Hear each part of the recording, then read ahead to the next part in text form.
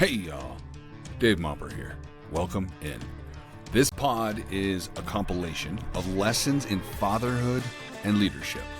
I'm using it to explore the path to raising legends, and I'm sharing it all with you. Each episode provides a really raw and unique perspective on fatherhood, and it's what I've come to love about these conversations. There is something for every father who's in growth mode. All right, enjoy the combo. Mr. Ben Willson, welcome to Whoa Dad, Go Dad. Thanks for having me, Dave. Appreciate it.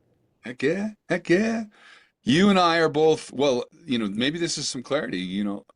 I don't know if you're still pursuing the professional keynote maneuver. You got a new lane for your career, but you still see yourself on stage from time to time?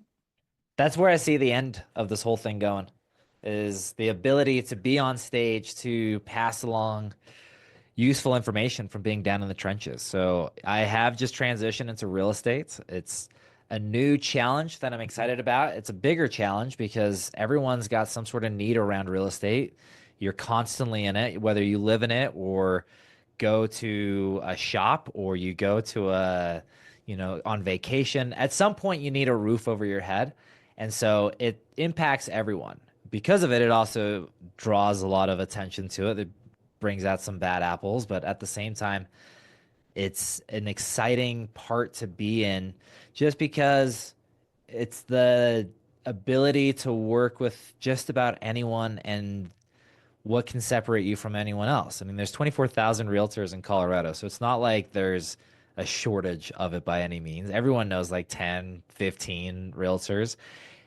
But with that, you get an opportunity to try figure out your friendships and your relationships and try figure out how you can serve people and the opportunity to really understand like what makes them them and then assist them in so many other ways outside of the transaction. Just the ability, someone needs to put their kid into dance lessons and you're like, okay, well, we put my daughter into this dance class and now they're starting to attend. It's like that's got nothing to do with real estate. I'm just trying to pass along helpful information to people. And along the way, if they end up in a situation where they are needing some help buying or selling a house, like I would hope that they would think of me. But if not, I'm not going to take any offense because there's 10 realtors for every person looking to buy or sell a house. So yeah, but eventually getting back on stage and that's where I see it. I see the whole thing ending up. There's a something about wanting to have the best information possible if I'm going to be the one with the microphone, making sure that I'm deserving of people's attention. And the only way you're going to do that is by being down in the trenches and understanding the real nitty gritty of life and being able to push through a lot of the uncertainties or a lot of the BS that happens or the minutia and then being on stage and not just saying the cliche stuff, but making sure that what you deliver is unique and it does add value and it was worthy of someone's 30 minutes or hour because whatever you say lasts with them. It's something that not only do they remember and then they pass along, but it actually changes their behavior. That's where I think the importance of anyone standing on a stage. So that's where how we met, right? At the National Speakers Association event. And you've got a knack too. You've got an ability to draw people's attention and being able to add value to them in a very short amount of time. That's something about your personality is very impactful in a very unique way. Dude, thank you. Thank you. Yeah, and your character I mean, you're going into real estate, but as we said as we were warming up, it's not about the real estate. That's the method to your business offering, I suppose, but the outcomes you're creating for people, you're pairing people with needs and wants, and you're doing it gracefully and eloquently and in your own unique way. And so you're you're the right character for it. And I can see you. Don't wait till the end of your career, by the way. You like share your from stage, share your observations of the trenches along the way. That's going to be valuable too. And just, I think that's what actually drew us together was almost uh, the the actual personality you bring to the table, especially in some of your social media. It's just like you've got funny in your back pocket. You got silly in your back pocket. You've got like whimsical in your back pocket. And I can see that in some of your latest work that you parlayed into real estate and then before some of the marketing, your social media feed. So maybe just right off the bat, where do you see silly in your day-to-day as a father? Is that the ultimate tool that Ben Willson brings to the table as well? In fatherhood, it happens to be silliness. What It's do you in the think? top three. Yeah, it's a top three for me. Brendon Burchard, who wrote the book High Performance Habits, I heard him talk on stage once, and he had said he sets a reminder to come out daily. I think it's like 8 or 7 a.m. It's just something that's at the top of his day. And he said, pick three words that you want to embody for that day. And I haven't changed mine since then. And it's been limitless, playful, and present. There you So go. part of what I want to bring to the table is that there's nothing that's going to stop me just at any point, because at any point things can get you down. So just a reminder to myself, you can be limitless. Being playful is part of the process. I don't think if you're having fun, you're not going to remember the life that you've lived. I think there's part of fun that embodies itself into memories. It's there's a few things that actually can create a memory, and it's like pain or pleasure, and anything between that. Like I don't know if you've ever had the where you walk out and you're like, did I turn off the oven? It's like there's nothing attached to that memory of you turning off the oven or turning off the lights or um, there's the day-to-day stuff. Did you brush your teeth? It's like there's so Day. many things that happen in a day that your brain just will automatically forget outside of pain or pleasure. So things that you remember being a very hard time, your brain will can register, and other things that where you're like, man, I had such a fun time. And you forget what actually happened. You forget that what the words that were shared or even the experience. You just remember the a moment that you had with that person. And you're like, man, I love being with that person. I forgot what was said. I forgot what we talked about, but it was fun. And that right there, I think if you get to the end of your life and you don't have a lot of memories, like I don't think you had a lot of fun along the way. Hmm. And then the last part, being present. I think um, there's such a key to being involved and not worrying about what the next thing you're gonna do or what time it is. Even like I love when you get into a moment and hours pass and it doesn't feel like anything. I think when it comes to parenthood, fatherhood specifically, finding the opportunities to be present with your child where you're not worried about work, you're not worried about phone calls coming in or emails, like they can pile up. That moment with your child and being present and playful in that, at some point they're not one, they're not two, they're not three. Like I'm 36, I'm someone's child, right? Like you grow up. And so I think there's something unique about as you grow up too, and then becoming a father, you get an opportunity to live life twice. And that's really cool too. And being present the second time around too, where you're like, this is so cool that you get to see it and then remember what life was like for you and then wonder, how do I change what I didn't like about my childhood? And also, what are the things that I did like? And how do I just be present in this moment? Yeah. And those were three words you, I mean, was there an exercise that, or how'd you come up with those? It was the book, it was the live event. It So was what? yeah, from the live event, coming up with the words of, I mean, I don't remember if there was anything that led to how you discover your three words, but if you were to go about your day and try to determine what kind of challenges you're gonna come into, what kind of like here's what happened. Here's where the idea of being present came from. It's that I was in corporate America. I was helping these Fortune 500 top executives, and I just felt like I was going from like meeting to meeting to meeting to meeting, and I was always worried about what the next meeting was or the next presentation or the next thing. And I felt that way at home too. I felt that way with my wife, like I'm only doing the thing that I'm doing now so that I can get through it.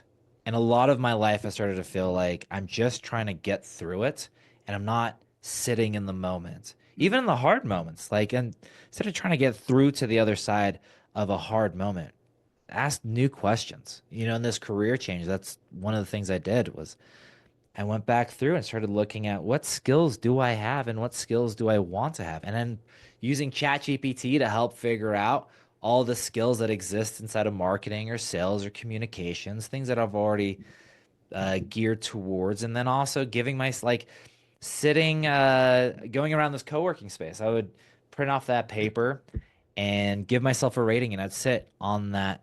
You know, how well am I at sales training? Like, honestly, like, out of 10, how good am I? How many times have I done it? Do I want to do it? How many, like, am I good at writing sales copy on a scale of 1 to 10? How good am I? Do I want to do it? Do I want to get paid for it? From that, I think it's helpful because you start to become more present as you realize that there's no destination that's ever going to make you happy. The bigger house won't make you happy. A nicer car won't make you happy. Um, the certain vacation might make you happy because you build memories, but like the checklist of things that we set out to do ultimately don't make you happy. They really don't. They release dopamine hits, and that can lead to happiness, but I think true happiness is being in the moment and being grateful for the moment, whatever it is, good, bad, whatever. And from that is where real learning comes from. So the idea of being present was just so like, man, one word can encompass so much.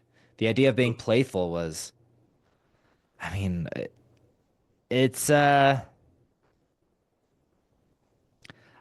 I once got my insurance license and I was starting to have these conversations around insurance and I was like, "Oh my gosh, this is horrible." My entire conversation revolves around asking people how they feel about death and have they thought about death and you know, are they prepared for death? And if someone dies, are they prepared? It's like your entire life revolves around the conversations that you're having. And so the kind of career that you have is these conversations. And so man, I got out of that so quick when I was like, oh, dude, I can't joke with people because we're literally talking about like the most horrible things happening. Have you thought about your roof caving in? Have you thought about like your house being flooded? Like no one wants to go into that. And like there is something funny about the fact that the most humorous commercials on TV is all around insurance.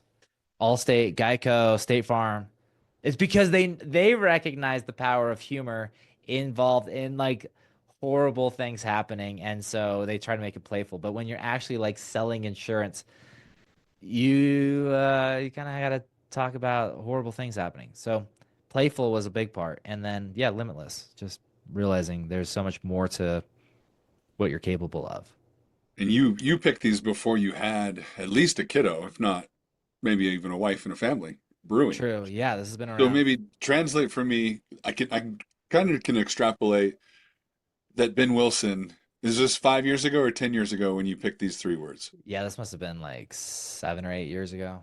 7, 8 years ago, Ben Willson picks limitless, playful, and present. And it means what it means back then. And we can kind of deduce based on some of these anecdotes. What does that mean for you now in terms of how you think of yourself and then even how it's guiding how you raise your 2.5-year-old daughter? That's a great question. I would say it comes back to passing on the same philosophy. My daughter Why do is you want your daughter already, to be limitless? That's maybe let's start there. Why do you want your daughter to be limitless? What's that going to look like? How are you going to give that, how are you going to equip her with that mindset tomorrow and then 10 years from now? it's the little things. Like we were doing a little airplane, you know, like you do with kids. You get on your back, you put them on your feet. And she was like, I can't do that. I'm like, you can do this, right? And it is scary. And so I think one, don't say it's not scary in this case, but rather it's a new experience. New experiences are always going to be scary because you don't know what's going to happen. And I've done it with her before in lots of different times. And I think for whatever reason, she had just said this one day, like, oh, I can't do it.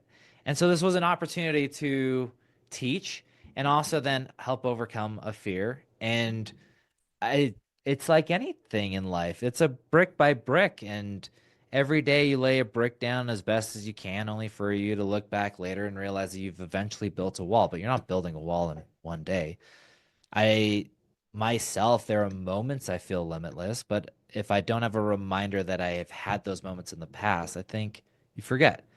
Um, I had a really good uh, emotional experience yesterday with a shaman, and part of what I was doing with the shaman was trying to go back in my own life all the way through periods where I've had anger or being upset or things triggering me, and like you get to a point sometimes when you get angry where you say stupid stuff or you do something stupid. And I was sitting with the shaman going, I want to figure out where this came from in my life so that I can learn to manage it better, or learn to not get triggered by certain things. And the reason why is because I'm seeing my 2-year-old get frustrated by stuff, and I'm seeing her get upset by things and going, man, I wonder if there's a way that you could correct this or help manage it. And how am I supposed to help someone else manage their emotions if I am not regulating my own emotions or understanding where it came from? And so we did what's called regression therapy and going back through, okay, when was a time that you felt this like this certain type of anger? Oh, well, this happened. Okay, and then we went back. Well, 5 years before there was this other experience that happened, and before that, before that, before that. Eventually, we get down to like 2 years old, and I'm realizing, man, I'm the youngest in my family. And there probably was this time that about 2 or 3 years old, that I was trying to say something, and my older siblings, my older brothers, were teasing me about saying it incorrectly because I'm two, right? Now they're teasing out of a good faith. This is not malicious intent. But my 2-year-old brain is registering this as, oh, like they're making fun of me, and therefore I should prove them wrong. And so I think just naturally, as the youngest, started talking louder and like yelling more. And so as I'm now 36 and married and a 2-year-old, I'm going, I can't have that same behavior linger all because of the way that I grew up. I've got to go address this. As a father now, starting to get better tools under my belt for myself also allow me to start to have these moments where I can be more empathetic with my 2-year-old. I can try put myself in her shoes because I've just done this type of therapy where I'm going back to being 2 years old and registering the things that maybe have stuck around that I didn't realize stuck around. So when it comes to fatherhood, when it comes to like how do you teach these words, these like three your own words, it's kind of like your own philosophy. It's one is living it, two is understanding why it means something. I think we all have try to give meaning to our life in some way or another, and because of that, you then I think these little tiny moments. I think it's entirely made up of very small moments where you have a choice. Let's say your son, you made him like waffles and you put some powdered sugar on it and you threw it and powdered sugar gets everywhere and it's like in everything. You have a moment, like one little tiny moment, like how you react in that moment, which is teaching. If you snap, which I think is a natural response because maybe our parents snapped or maybe that's just a human tendency. Or you can have a moment where it's like, just breathe, right? Can you take that same second where you would have snapped and just breathe through that? Because now you have a tool to do it. That's a teaching moment without saying anything. You still have a teaching moment. And I'm not great at it. I definitely can tell there's a lot of moments that I didn't have the right reaction and I taught the wrong thing. And I'm seeing it in a 2-year-old responding to stuff, going, oh man, the only reason why she's responding this way is because she's seen me respond this way. And therefore, like, the only way I'm going to correct this is by literally changing how I do it. Mm. Isn't it wild how they're such mirrors to us? They're emulating our little quirks and behaviors, and you're like, oh, where did you learn that? Only either me or your mom. Yeah.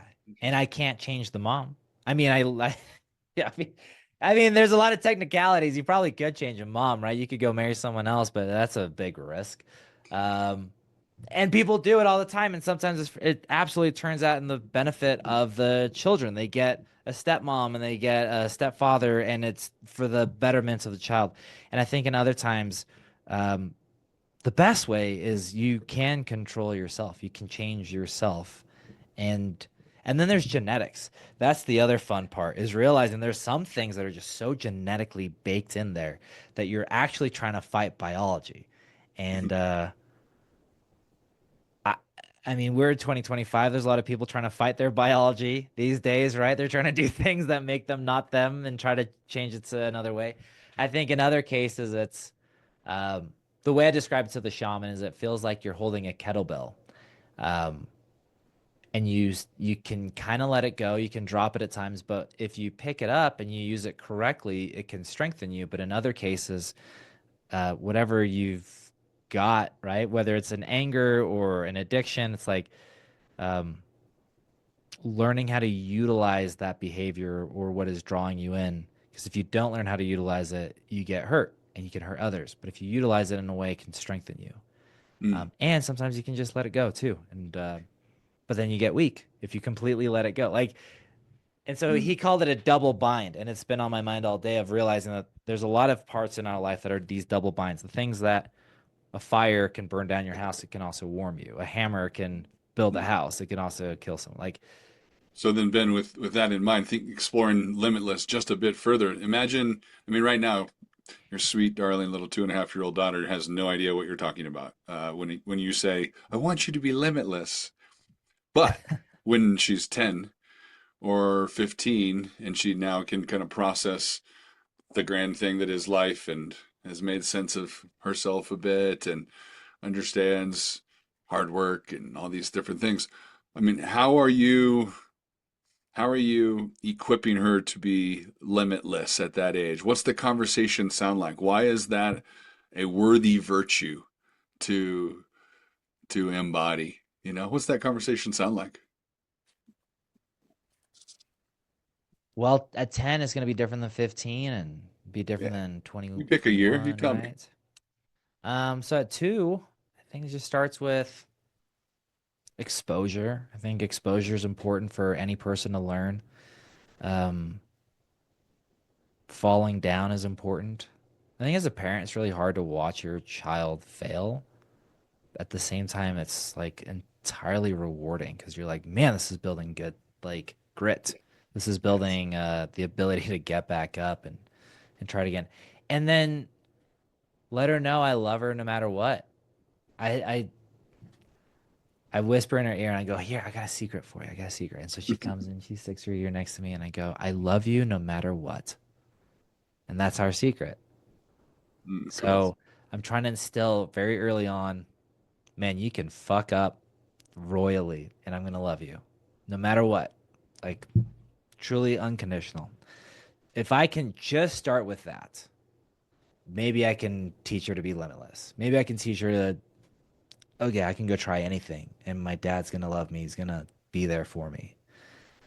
Um, I think you gotta have like, I think anyone that's ever proved to be limitless either came from like an insanely shitty family or a family that was like overly supportive, like to the detriment of the child, where the child, like Adam Sandler talks about this. He was like, I wasn't funny. My brother just thought I was really funny, and he kept telling me I was really funny. And he was like, I didn't think that, and my brother just kept telling me again and again. He's like, oh, you're funnier than all those guys. He says this at his acceptance speech for the Mark Twain Award. And it just hit me like, man, there's a lot of good that can come from like almost like brainwashing your child to believe that they can do anything because then they'll believe it. And I think on the opposite side, if parents fail royally, that the child ends up learning it because it's like at their own peril that they decided to just try all the things only to realize, oh, you could do anything. Yeah. I don't think anyone in between though. I mean, I'm not a scientist. I'm not like an anthropologist or, I'm not actually like a societal observer, but I think there's something beneficial about, I don't know, like flooding your child's mind with like, you could do this. You really could. And then when they fail, going like, you could do it. Like you did it. You just did it. Even if they fail, it's like you tried it. The ability to try is trying. And one thing I have noticed is that, man, people just stop trying. They stop trying new things because they're afraid of someone saying something. It's like, you've got a whole bunch of mediocre people out there afraid of what someone else is gonna say. And as a parent, I don't know how else to navigate it besides just like brainwashing my child to believe that she really could do anything just so she tries, just to keep trying. Love it. And you said, I mean, there's some aspects within Limitless to equip her with a limitless outlook. You want her to know you love her no matter what. Right? You got her back. Full support from dad. Give it hell. Take names. Go for it. You also want her to have grit. You want her to be able to do hard things and overcome adversity, right? And then I heard this other one that I was just, it's like you want her to have uh, an imagination that anything's possible. It's like those three things. Is there something else in Limitless that you are casually from time to time inherently weaving into her experience between now and when she sets sail at 18 years? You know, what else is in there to get her to a limitless point? I watched this video today. It was a guy who has no arms and he works for Hendrix Performance. It's a racing company. They've won like 5 NASCARs in the last like 10 years. This company. And this guy's got no arms and he's working for a motorsports company and helping them build out engineers. And so there's part of the story. Um, I'm kind of flabbergasted. This guy's got no. He's born with no arms, and it's interviewed his parents and had his like they can tell like the interviewer's kind of like asking these questions that are like trying to pry like how did you like let your no arm son try to learn how to ride a bike and now he's doing the engineering for this performance company. The thing I got out of it was that this is entirely mental. This is all the belief that this guy believed he could do it, even though society said he couldn't do it, even though like biology said he couldn't do it, like, and yet he figured it out. He types with his toes, he uses the mouse with his foot, like he built all of this on a screen, right? And he's like engineering these parts. And Mm, I think so much of life is that society's gonna tell you shit all along the way. It's gonna tell you the things you can't do. It's gonna tell you, oh well, it's never been done before. Roger Bannister never run the 4 minute. He broke the 4 minute mile because all throughout history, no one had ever done the 4 minute mile. Within like 8 weeks, like 5 other people broke the 4 minute mile. It was literally a belief. It wasn't the physical aspects of it. And I think a lot of times, uh, everyone around you might just believe in physical limitations. So I don't think at 18, do you set sail, man? I'm seeing my 2-year-old try to leave the house, and I'm like, she's trying to set sail now. Like, mm, she's out trying to do stuff, and have I already tried to equip her with some of this? And uh, I don't know. I think I think we try to learn as much as we can from other people's experiences. I think that's where true wisdom comes from. So I've got a lot of books and you learn a lot about yourself or you learn a lot about other people and try to figure out what's right and wrong. But man, I wish there was like a right answer of like how you do it. I could truly be messing my child up in a whole new way. Like I'm sure Tiger Woods' dad was like, I'm doing the best thing possible. Like look at him. He's like freaking pro at 2. He's like knocking these balls in. He's on like Dave Letterman, like sinking these like 20 footers, right? At 2 years old. What you don't see is that when the dad dies and the like Tiger goes off and starts having these affairs and drunk driving, it's like, well, yeah, because you messed him up in a totally, an entirely new way, right? Like you solved a problem and then you messed it up in a new way. Um, I guess I'm expecting that, right? Like I think I'm solving some problems and then this whole unforeseeable thing that I am overlooking is gonna appear in like 30 or 40 years. I mean, yeah, I think like setting my expectations to be like, okay, I might be correcting some things and then just inadvertently fucking it up in another way. And I'm not gonna find out for 30 or 40 years. So, right. or yeah, I met a guy today. He's a roofer. His dad died when he was 10. His dad didn't get to see the repercussion of either the good or the bad or the consequences of what he did right or wrong because he passed when his son is 10. Now his son is in his mid 40s and he's got a 4-year old. And um, I think the reality of life is, boy, is there a right way or a wrong way, or is there just a way? And you try to course correct as much as you can. Well, you are being intentional, at least by there's degrees of intentionality, but you've got three words that are guiding you, three words that then you want to maybe impart on your daughter and your future I future mean, kiddos should you have any. is So at there? least there's some intentionality. Yeah. You're not just winging it, right? And then yes, you're course correcting along the way. And I wonder what the full story is with Tiger Woods. Like what really does explain, you know? But I feel like you're being intentional, and that's the least we can do as dads, right? Is be purposeful and intentional, right? And I think a lot of parenthood is really just how self-aware of you of your own inadequacies. If you become better, you can lift other people up. But if you aren't becoming better, like, where do you get off thinking you're going to help anyone else if you can't help yourself? All right. Well, then, since you've become a dad, how have you made yourself better? Physically, started working out very intentionally on a very consistent basis, eating Uh-huh. healthier, getting better sleep. Like, these are stupid basics, right? But at the same time, like, we just had daylight savings, and I saw this video of a sleep expert saying that heart attacks increased 24% in spring of in America because of like 1 hour difference, and they decrease by the same amount in fall when we get an extra hour back. So Mm. just 1 hour of sleep was the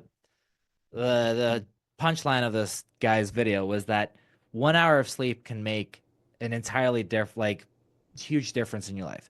So if you're a dad not getting sleep and you seem to be snapping at your kids a lot, try sleeping more.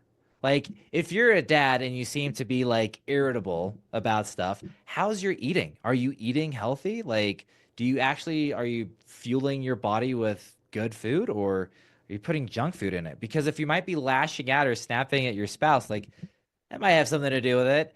If you aren't getting this physical, like, output out, it's just bottling up in you. Of course, you're gonna take it out on the closest person too, because, well, they asked you a question that might have triggered you, and suddenly, that becomes the output. So it's crazy what the basics can do for you. Like, I think we're all looking for some sort of magic answer, and the magic answer is like the basics. Like, you go, oh, it's got to be this magic answer up here, and you go, no, no, that's actually foundation. If you're not taking care of yourself, then yeah, the likelihood of you snapping, saying the wrong thing, like, uh, and like porn addictions, alcohol abuse. I mean, there's a lot of these like other things that can affect your mood that I believe any father, if he's starting to like actually be self-aware about what causes him to snap, you start to find the habits. What are the habits? Your entire day is made up of habits, right? From the moment you get up to the moment you go to sleep is just habitual. How you talk to people is pretty habitual. Um, when you do something and how you do something is pretty, especially by the age that you're having kids, you're kind of a habitual. So what you have to do if you want to like make becoming a better father is actually breaking habits. It's changing the the life you were living. And I think fatherhood does that naturally. I think you know this. The first time you saw your son, didn't that just make you feel like I got to do better? Like, I don't know why that, like, just like a biological clock that just felt like it just like ticked and I was like, whoop, I got to be better. Then as Absolutely. you start to see your child develop, I think that's another part where you're like, I swear a lot.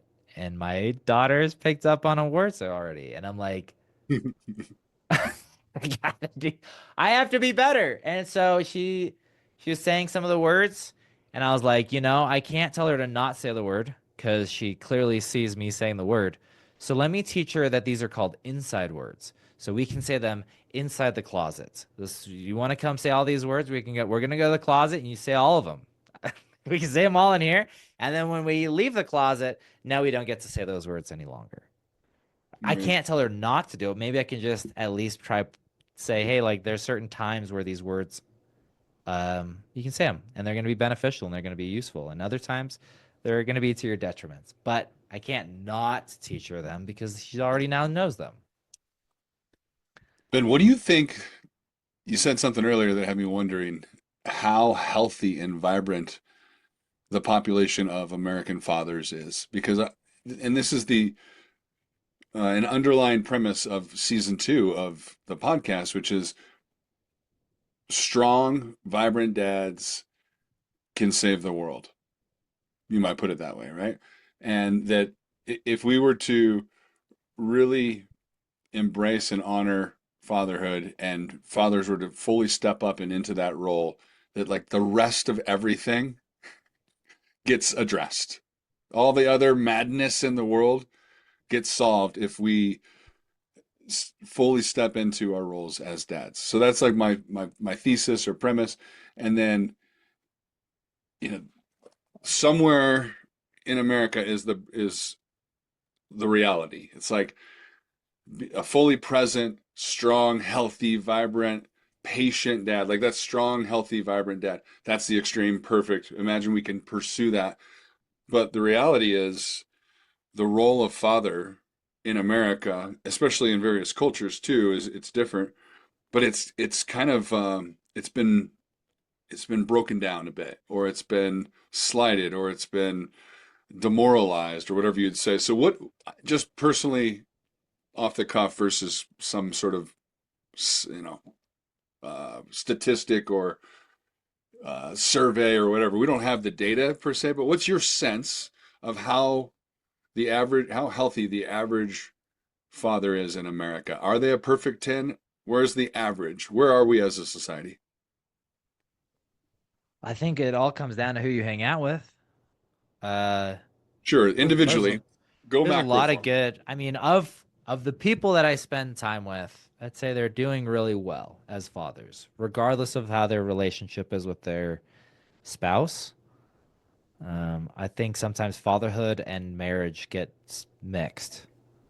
I've had friends who are amazing fathers and they get divorced, and so I think one part is separating the two. You could be a really good dad and also a really bad husband, Hmm. or something maybe just relationally that doesn't work out, but men stepping up to be fathers, at least from the my circle, what I'm seeing is there are men who keep trying, regardless of their inadequacies. And I think asking someone else to at least try is important. Just like even in a relationship, it's like you're just two people trying. That's it. As soon as one person stops trying, it is hard. Is when two people stop trying, it does end. When it comes to fatherhood, I think that's the most important part. Like, are people trying? Like, are they actually, is it noticeable that you're I love trying? that. I was asking you from 1 to 10. You're like, you either are or you aren't. You either are trying to be a great dad or you're not. Yeah. And I Is don't that, know how that falls in a numerical because it's a daily thing. I think sometimes you're trying turns out to be a 10 out of 10. And other times you could be trying at a 10 out of 10 and it comes across as a 1 out of 10, you know? I see. So the numerically, here's where I feel like it's a lot like the ocean. There's high tides, there's low tides, there's big waves, there's no waves. It's like, but it's always in motion. And there are days you're gonna mess up. You're gonna say the wrong thing at the wrong time, and it's just gonna do for whatever reason that thing's gonna stick. So I had mentioned I'd go and see a shaman earlier. There is something that I saw him a couple months ago of a conversation that I had with my dad that stuck with me. And for whatever reason, it just like implanted itself and it just stayed with me for a long time. And then I talked to my dad about it. He didn't even remember saying it. And I was like, why should I stick with it? Like, he doesn't even remember it coming out of his mouth. Why should I let this dictate me? He doesn't remember. And at the time, he might have been stressed from work and it just happened to roll off his tongue. Didn't realize it was going to become this long core memory, be like something that affected me in a certain way that I always thought my dad always like felt a certain belief about something, only to later come to find out, yeah, he doesn't even remember it. How many times as us as parents are we going to say something that's going to stick with our kids because we had an off day, because a client said something to us that just whatever got under our skin, and then you're hungry and you lost an hour of sleep, and right, and whatever, and so you say something and then it sticks with your child. um you might have been super trying at that point, and now you just, dude, that's a 0 out of 10 on that moment. Where we're at in America, I think there's this divide, and I think it's already kind of segmented of people who, regardless of like the political ideology, it feels like men are men and women. I mean, we go together in a lot of ways. Hmm. And I think it comes down to just feeling like you have to know more than what your parents knew before. It feels like I have to keep up. Um, what's happening in the health world. I feels like I have to keep up with knowing what is happening and with some political stuff. You don't have to keep all of it. Um, I think you just have to be more aware. I think you have to be more alert. It feels like, and and then also being very flexible. I think the other part is, you hear these stories of like men being this like rigid ideology and having to like the man goes to work and the woman stays at home. It's like my wife's mostly a stay-at-home mom and she loves it and I love it. I know who's raising my child. At the same time, I also have a sister-in-law who loves going to work, and I think that she finds a lot of meaning in that. They have two kids, um and my brother being flexible in that, right? From a traditional ideology to uh more modern. And I think that same flexibility comes in a lot of ways where you're still being a man and still being a father, but I think the most manly men are the most flexible in supporting their spouse and understanding that their kids are going to do things differently than they are, and not holding them to the standard that you grew up to, but also recognizing that like the dangers that exist out there are also different than what your parents faced and what you faced. And What do you think those are? I mean, social media is a big one. I think the ability to have this like unlimited access to information and dude, like we're on a podcast. Like, who the hell am I? Like, I'm no professional on any of this. And this could get published and this could go viral and this can reach people. And someone might get upset with it because I said something that didn't align with their core beliefs. And other people are going to be like, this is my new core belief. And this guy's on a pedestal. In both cases, I think you got to shut that out and be like, okay, like I'm not going to take either of it. I'm just going to keep trying to live and do my best, whatever that means to me. I think the other part though is with your kids, dude, they're gonna do stuff to hide from you because they're kids. Like, I saw this video of a kid. He's like scrolling through his parents' phone, and the parents are above him, like on a staircase, and they're filming him, and he's on the phone, and they're like, "Hey, are you still watching some little kid show?" This kid's like 2, and he like swipes it. You know how you can change it from like one app to another, and he moves it to the next. He hardly can even vocalize saying yes. That's how young he is, and he knows how to move the apps. I think uh, kids are gonna try to hide stuff from you. So one, being flexible is like you do have to learn where the dangers are going to come into your home. It's going to come through social media. It's going to come through a YouTube. Does that mean all of YouTube's bad? It's the same with the fire analogy. It could burn down your house. It could keep you warm. It's like your kids could be learning a ton of stuff because other people put out content for free. And there's also going to be stuff of people sharing their ideologies that you don't want to necessarily invite into your home because it's not uh, doesn't align with your core values, and it's hard to kind of fathom how the future would look under that particular ideology. Doesn't mean it's bad. It just means it doesn't align with the way that you want to perceive the world. I think that's one of the hardest things. It feels like as a nation, maybe as a world, we're very politically charged. And some people talked to someone last week and they're like, "Oh yeah, I wouldn't let my child around anyone who's voted for Trump." And I was like, "Hold on. You're not going to let your child around someone who voted differently than you?" And they're like, "Well, yeah, because it comes with all these other beliefs." And you're like, "I don't know if that's going to work either." Like, I don't think that part of the world or that lifestyle is going to be beneficial. I think it's important to get opposing beliefs, but also then how do you raise your child to be open-minded, but also like raised in a way that feels I don't know. I don't think there's a right way and a wrong way to live. There's 8 billion people on the planet, and that means that there's 8 billion different ways to live a life. They're all children of someone, and most of them have children. So when it comes to trying to figure out how to raise your kid, I don't know. Here's a good story for you. So my wife has got cousins, and the aunt was very like Republican, and the kids have all seemed to become very liberal, like full swing, and it's like watching a pendulum go from like one side to the other side. And I'm very curious to see if the pendulum swings the opposite way for the next generation. I Hmm. don't know.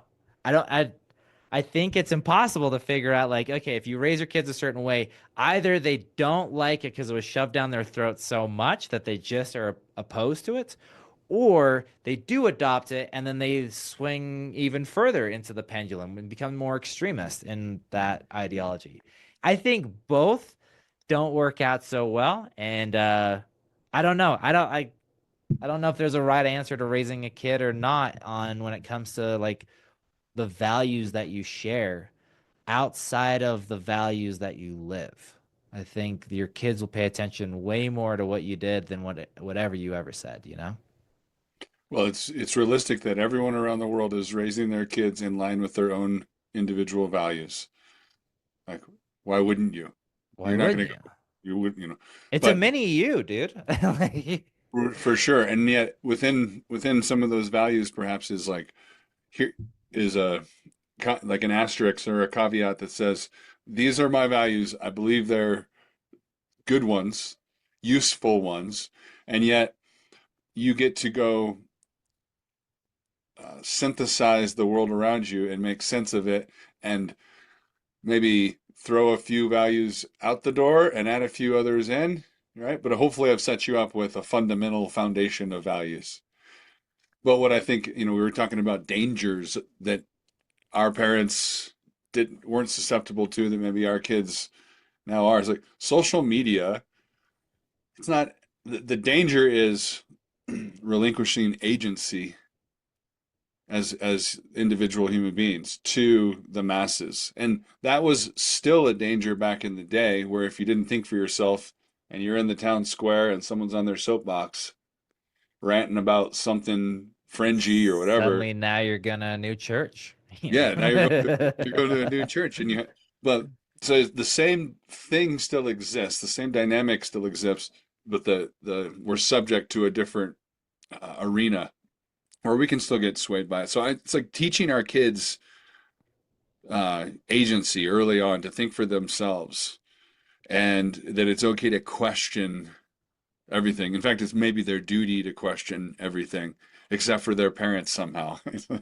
you know, it's like, Yeah, I are there agree. other dangers out there that are unique to these times that you think our kids will be subject to? Whether it's, maybe it's physical dangers, it seems like, you know, uh, there's at least a narrative that the the nation we live in has potentially more risk associated with violent crimes and Is that really true? Is that really true right now? Because back in the day, parents raised their kids by kind of you fed them, you clothed them, you put them to work, but a lot of it was a simpler time, they say. Is it a more complex time for real, or are we overreacting? And if it is a more complex time, what is worth doing about it? Oh yes, that's a great question. I love that you brought this up. I think life has gotten easier and harder depending on which part you're looking at. Uh, it's funny, child labor gets brought up a lot, but dude, if you were to go back to the 1800s, all child labor. Like it's just like Yeah, that's like why the coal people had mines. kids was labor, right? It was Yeah, like we have a coal child mines, so that we farmers. can have labor, right? So I think we're more aware of what the dangers of what that could lead to, and so you're trying to get your kid to have a childhood before they have to go work. And I think in the United States, so I'm an immigrant from South Africa. When it comes to violence, I mean, my first grade teacher's husband was murdered. He was sitting at a stoplight, and a guy walked up, shot him at the stoplight. Oh my That was while I was in first grade. Every like either you had violence done to you, or you had a very close contact who had violence done to them. Like we had a Sunday school teacher whose like they had a home break-in and they poured gasoline down the one of their throats and lit them on fire. I mean, oh my gosh. I've got an uncle who's been hijacked multiple times. We had people who came and stole wheels off of our car. Like we had like in South Africa, you felt like violence could happen at any point very quickly. Then we moved to America, and there are people leaving their front doors open. They don't even have a fence. They just you walk down the street, you see the front doors just open. You're like, you never saw that in Africa ever, right? Um, then so when we immigrated from America to we lived in Utah for a couple of years. Like within a year or so, uh, Elizabeth Smart, if you remember that case, gets abducted, and it's this nationwide manhunts, especially like in Utah. And you know where they found her? Like 9 months later, across the street from my middle school. So like that it was very close of going like, okay, this person gets abducted and it's this nationwide uh case. Like it's all over billboards, especially in Utah, it was like all over. In South Africa, dude, they if people got murdered, they were like, people got murdered today. Here's how many people got murdered. Here's like horrible stuff. Anyways, here's the weather. Like that was a big difference in how the media reacted from an abduction in the United States. And I know that's not the case for all abductions. But then to also know like in Africa, dude, they would never have had that on the national media ever because there were so many more horrible things happening. So I think in the United States, physical violence, I mean, how many people do you actually know who've had like truly physical violence against them? It's like maybe they got held up by someone who looks shady and that was it. I know that it does happen. We lived in New York City and there was some super sketchy stuff that happened. So I'm not saying it doesn't happen, but by comparison to other nations, man, America is safe. It is so in my eyes, I see America as this like, dude, this is heaven. This is such a great place to be. Um, and that doesn't mean it's that everywhere, and I recognize privilege and but at the same time, like by comparison, as country to country, dude, America wins. Um, other dangers. Well, to me, I'm almost as I have been throwing you a question and listening to you and thinking simultaneously all at the same time. Part of me is like, back in the day, it was more dangerous to raise children because maybe you could say they could get subject to, I don't know, because of a lack of labor laws, like they get, they're working in unfavorable conditions. It's dangerous to be, and now yet there's different dangers now. So almost like it's not, that question is useless. Is it more dangerous or less dangerous? It doesn't matter. It's just the world is inherently full of bliss in some realms and dangers in other realms. And we're going to have to be on the lookout for our kids for a long while. And along the way, teach them to be on the lookout. What is parenting other than those two things, I guess, and Yeah, feeding them along the way and wiping their ass and stuff too. I think one of the most dangerous things that happens is that parents are filming their kids and we're not sure what that information is going to turn into in the future. I think one of the things that And we're then going to see a publishing it, you're lot saying. more, yeah, I think one of the Yeah, the things is publication, because my parents had a video camera. They recorded us ton of, and it's great to look back and you're like, oh my gosh, look at me go. And, so it's but not not for the necessarily world to see. Like they weren't not for the filming world you to in see. your bathtub and then posting that as the story of the day Yeah. on Instagram where your little doodle is out and now you're trying to get a job 30 years later and your ding dong's on the internet. Like Ah, I I mean, get that.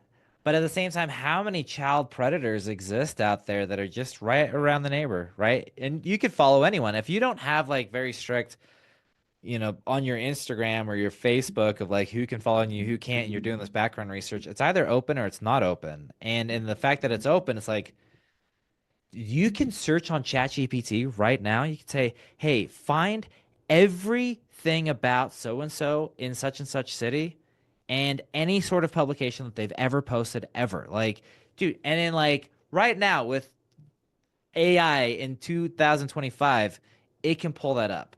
Now imagine if you are down the street and there's malicious intent, that person can find that information. They can also figure out, dude, people are posting they're like, oh, every Monday at 9, I take this yoga class or whatever. It's like, okay, well, someone could use that information knowing you're not home, knowing that you've got a sitter or whatever, right?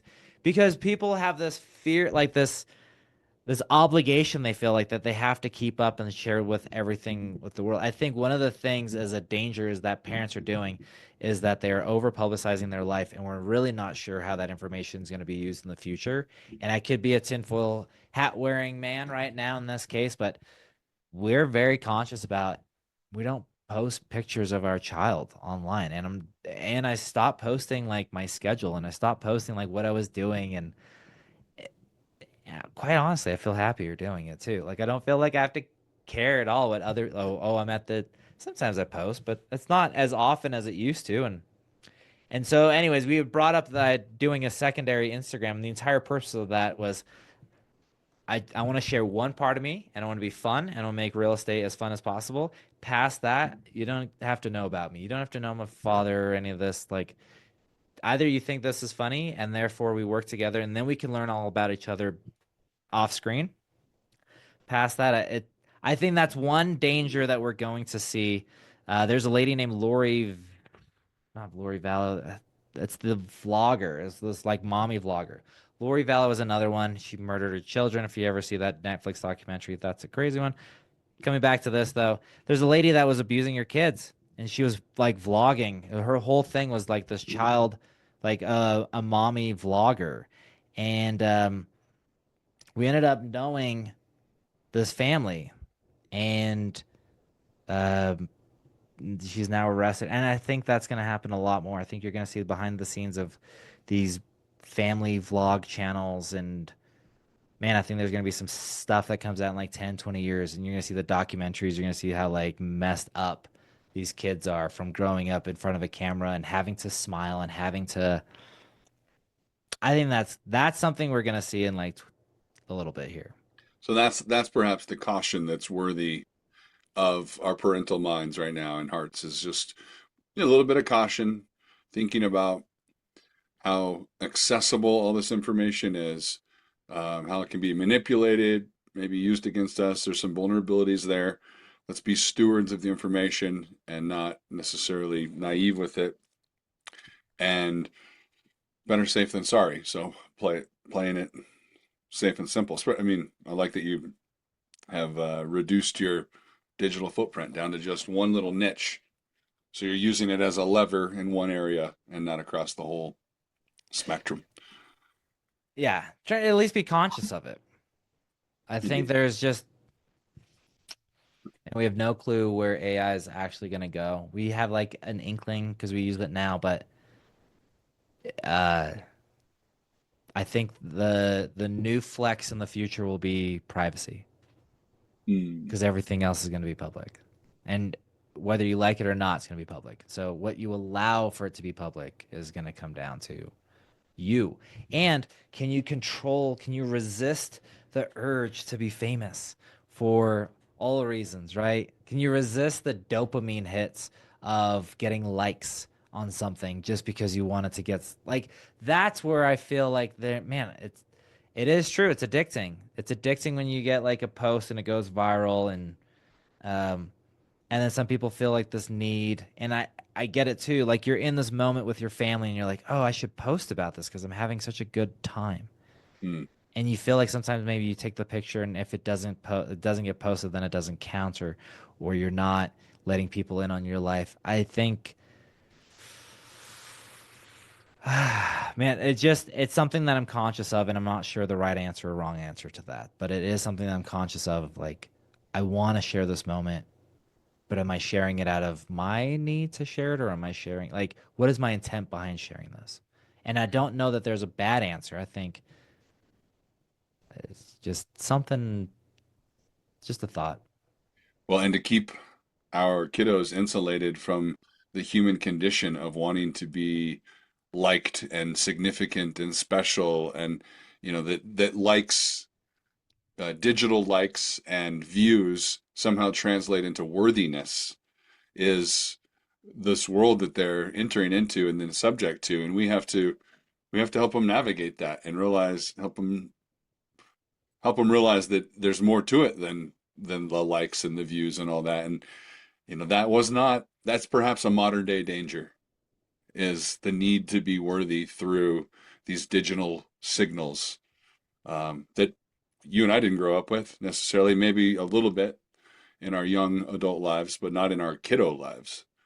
So maybe that's a unique realm that we're, unique to our times, unique to our times. So Yeah, I want to maybe, I got a grand question, but just before, I really wanted to hear from my friend Ben Wilson about kind of adversity, and how, I know I can extrapolate that you want to have your daughter be able to conquer adversity, navigate adversity, get through adversity and learn from it and so forth. So I'm thinking of something you and I have talked about, but wondering if you'd be willing to share a little bit about, so, as a father and your wife and you growing a family, how you've recently navigated some adversity that, of course, we wish you hadn't faced it, but you have faced it, and what it's taught you, and what other fathers and maybe mothers can learn from it and glean from it, because it's a scenario that we're all potentially faced with. In reality, it's yeah, not that uncommon. So tell us a little bit about that experience if you can.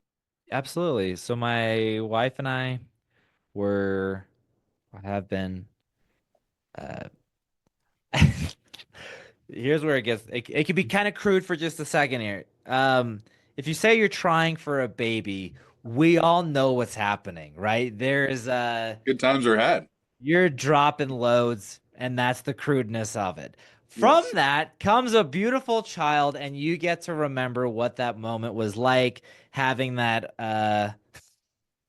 having that O face happen, right? Outside of that, here's what happened is that we ended up having a miscarriage. Um, and it was actually the night that you and I met. We met at the National Speakers Association. It's someone's house, and that night my wife started bleeding, and we went home. It happens very quickly too, by the way. It's like she'd been bleeding off and on for like 2 or 3 weeks, and you get told by medical professionals that, hey, this is normal, this can happen. People around you want to share positive news with you, but at the back of your mind, it is lingering that uh, it could also happen. And depending on your intent with a child, I think some people are joyful because they don't want to have the child, and so when something like that happens, it's uh, they're ecstatic. But if your intent is to have a child, it's actually, especially as a father, you're like, I don't, there's nothing I can do. There's nothing I can say that's the right thing to say. There's no actions I could take that are the right actions. It's just an experience you have. Um, so we went to the hospital, and you're sitting in the hospital knowing what's they're going to say, but uh, I think all along the way, you try to be positive. You're trying to be hopeful. I had a faith crisis years ago, and I found myself praying in that moment, and hadn't prayed for a long time.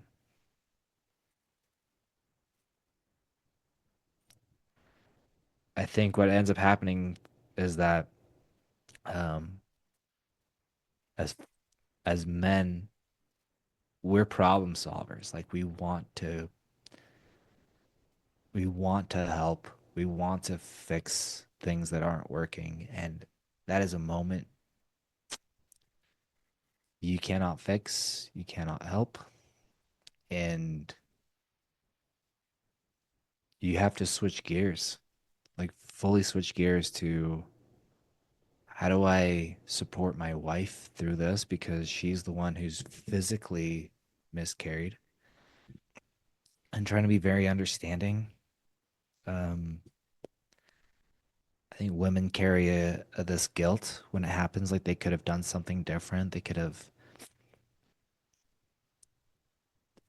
changed. Maybe they not exercise or not eat a certain thing, or like they. At least from my perspective, it felt like my wife was taking this blame in a way that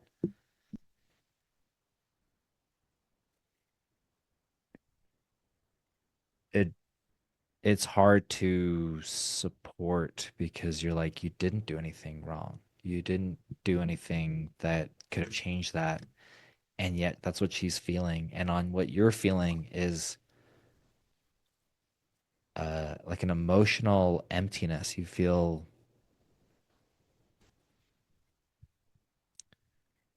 it it got to a point where you realize that nothing actually matters in life whatsoever. Like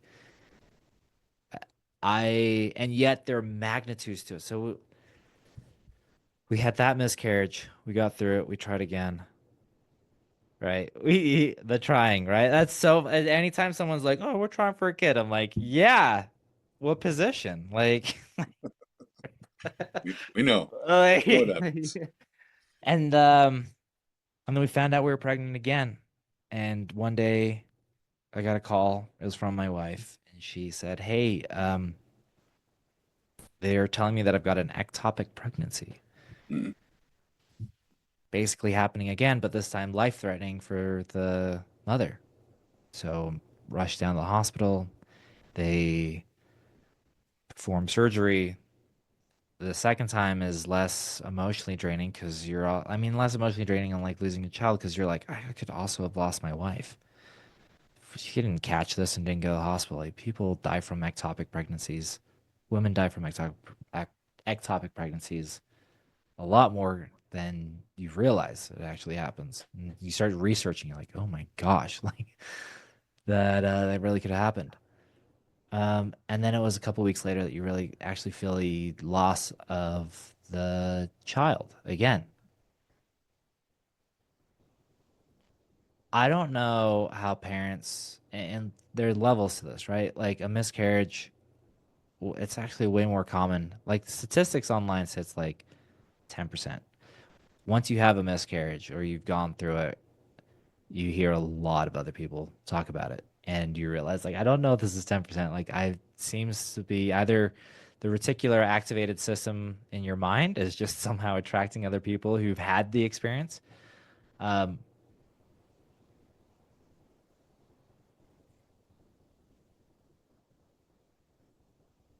but you feel like anyone who's actually lost a child man, you can only like, you feel like you partially relate to them, but we never gave this child a name. I didn't know, the gender. We didn't know, like, we didn't go through the whole process of birth. You didn't go through the process of raising the child. I think the levels to this is where you have someone who's, lost like a teenager, lost a 20-year-old, lost a 5-year-old. Like, what it really did is it gave me a lot of gratitude for not having a more, I don't know, harsh experience. Like, yeah, you feel lost, but at the same time, man, you find gratitude in it.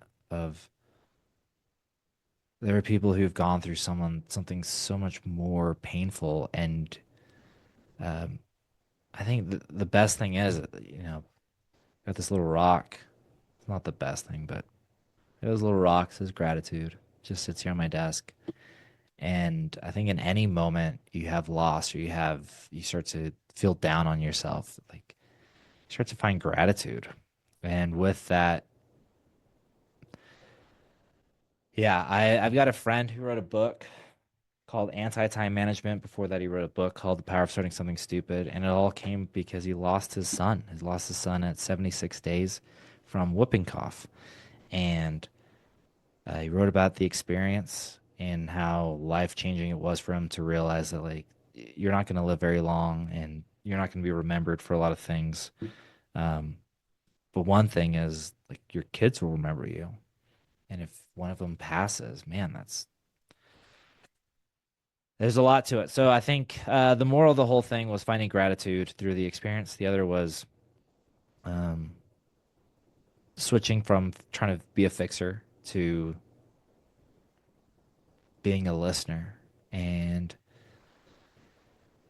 uh, I think whether it's a miscarriage or not, I think as men, we don't listen and we try to fix. And I think the best thing I could pass along to any father or husband out there is, there's a reason you've got two ears and one mouth. And I didn't come up with that saying. And it is a very transformative time. Of any time that you're like, man, what is wrong with this woman? You're like, you know what? I think I've been doing more talking than listening in this case. And it really seems to help when you do it. I'm with you there, man. Then how did the experience reframe or augment how you think of your role for your 2.5-year old, and how you want to, maybe how you did, you and your wife debrief on things, or did it give you a fresh perspective on your active role as parents? I felt like I became more present. That same word present was there because of the first time we got pregnant, it was like hole in one, you know? It's such an easy, from like start to finish, all through pregnancy, then having the child and taking the child home. It's like, and she like wasn't sick. And then the second time and third time, like, whoa, we actually got really lucky that the first time was as easy as it was. And our expectations were set so high that it was just going to happen that same way. Um, I think part of loss made me feel like, I have this healthy child in front of me. And if I'm just dwelling on what I don't have, I'm going to miss out on what I do have. I think that was the lesson I got from it. Like, if you were to try find, hey, what did you learn from this experience? Was it can change, and it can change so fast. And I could imagine any parent that's actually lost a living child might tell you the same thing. Like, it happens so fast. Uh, and being present in that moment. One thing I think we suck at as parents is we're on our screens a lot. You're on your phone a lot. I notice myself, man, I suck. I suck at just checking my phone way too many times in front of my child. And I could see that if I don't correct that behavior, that's these opportunities to be present are going to be gone. And what she's learning is that the screen is more important than her. Mm. Huge emphasis on the presence, living in the moment. Yeah, it feels like we're always somewhere else mentally. Like physically we're here, but you're checking your phone. Where are you mentally? Right. You're watching someone else's cruise, someone else uh, play a sport, watching someone else jump off a building. It's like, yeah, it's entertaining for that moment, but you're mentally somewhere else. Hmm. And I'm so bad at it. Like uh I have like the little limit on my phone and it'll like shut off and it'll be good. But at the same time, like it's this like habitual thing that you got to check your phone. Oh, did someone text me? Did someone call me? Do I have an email? It's like, I wish we had landline phones again. Like when you had a landline phone and you were out, dude, you were just out. I think that was one thing our parents had right is dude, when you were gone, it was like, oh, so and so's gone. That's it, right? They were gone. It didn't matter when they were getting back, and you could leave a voicemail and they call you back. And it was understandable that it would take a couple days or a day or so to get back to them. Now it's like, someone doesn't answer their phone for an hour and they call again in an hour. It's like, well, where are you? You're like, it doesn't matter. I'm with my family. That's what matters. Yep. You know? I want to make a voicemail that's like, fuck off. I'm with my family. I'll get back to you. I wish that was my voicemail. That'd be great. If I could just turn a button, right, on my personal time, it's not only is it like focus for me, it like, Yeah. you know what I mean? That'd be great. If I could change my voicemail according to where I'm at. Like, hey, don't call me. Hey, I'm not checking my phone for the next like 48 hours and I don't care how you think about it. That'd be fantastic if I could leave a voicemail like that, right? Yeah, man. Well, zoning in with just our family is, well, I can hear my family upstairs. They just got home, and I can't wait to go just zone in with them. I hope And you do, man. I hope you and I lock into and I, that. yet I can already feel the temptation or the tension in my mind, like playing that out. That I know I have like 50 other emails and 50 other projects, and I haven't checked my phone in a little while to see if I've missed any calls or texts since you and I've been talking, and they've been gone, and who knows how many likes I got in this recent post, like all these things. And yet the most important thing is just up the stairway. So, Right there. Ben, final question. I want you to maybe, we're both young dads, so this is a long ways away. I hope we both live long, rich lives, and so do our children. But I want you to picture a time when your daughter is sitting around a campfire with maybe some other siblings. Who knows what the cards hold? But her own family, the next generation, maybe multiple generations have gathered around this campfire and they're reminiscing about Ben Willson. And they're probably talking about mama too, but we're going to focus in on you. You're not there. Maybe you've moved beyond. What are the three things you hope you're known for? And what does it sound like when they talk about them?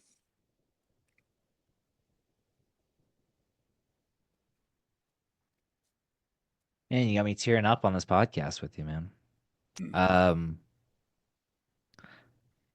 I think the three words. I think I'd want them to know I never stop trying, regardless of whatever age I got to. Trying to be a better dad, trying to be a better husband, trying to be a better friend.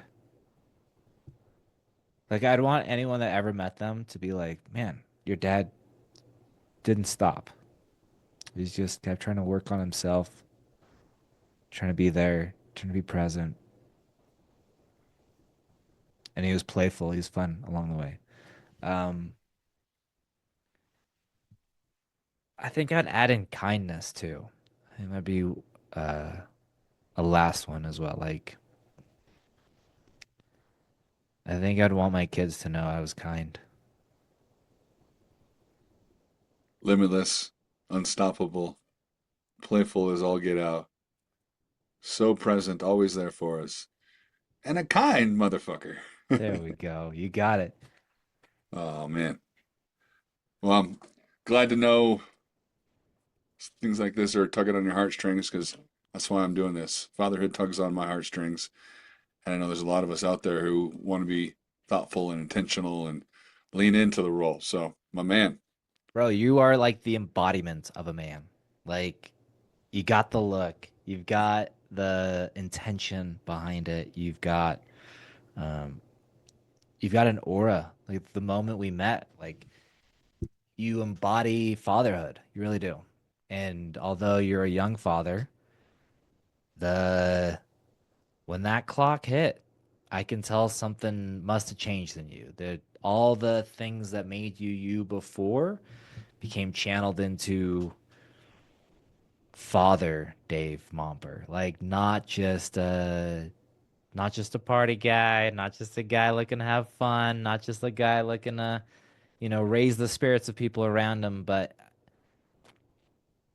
I would have been cool to know you before you were a father and to see that, but I can already tell after seeing you as a dad, like you've got a presence about you. It's appealing. It's like it makes you want to get to know you more. And yeah, I know this podcast was focused on me, but I just wanted to share that with you. dude, thanks for saying so. I'm just a work in progress too. And I definitely pulled some things forward, brought them with me from the past, and left some things behind. And as you have experienced, my attention is now. I want to say it's hyper focused, and I'd like it to be. Right? It's a work in progress. I'm becoming the father that my family needs and that I am incapable of. But it's an active process. I am becoming the father my family needs, right? I love that. And It's yeah, never so ending. It never ends never, until you die, and then even then, what do you leave behind? yeah. One last thing I want to share with you. Check this out. These are three completed Oh my gosh, good journals, job. and one that I'm working on here. And it's just like laying a brick and building a wall. It's like you do one at a time. You write one page, and then you've got a next blank page, and you write in it. Cool. And when I think about the stuff that my parents have left behind, like I don't care about any of their like antiques or anything. It's like I want to know what you wrote. What it like leave behind something. And my dad tried to get me to read his journal now, and I go, I can talk to you now. This is the value of this is when you're gone. And so, but if you're gone and you didn't write anything, you didn't leave anything behind. So, um, that'd be one thing that I would add to any father out there is just start writing. Write about what's on your mind. What are you going through? It's like I think as kids, that's what, and when you die, that's the only part where it's valuable. It's not valuable while you're alive. It's valuable after you die. So do it for the sake of when your kids are grieving or they've passed the grief and you've been gone for a while and they start to get curious about your life.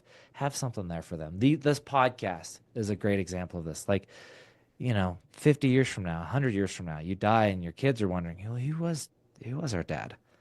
And here you are on a podcast talking about it. It's like that holds more weight than I think just about anything else after you die. While you're here, be as present as possible. Hey, great parting words, my friend. Thanks for your time, Ben. We'll catch you on the next one. Hey, Appreciate you. appreciate it, Dave. Thanks, man. We'll see you, buddy. See ya. There you have it. I believe the world is calling on us as fathers to step up and be stewards and shepherds of those around us. The times are interesting and they are demanding more out of us than perhaps we once realized. It's because of that I want to celebrate and honor the ultimate role of fatherhood and set up dads for maximum impact. So thanks for being here. Don't forget to subscribe so you can catch the coming episodes. And above all, share this episode with a father you admire. See you on the next one. Go dad, here we go now. Oh yeah, the ultimate role now. Oh yeah. yeah, we go now, oh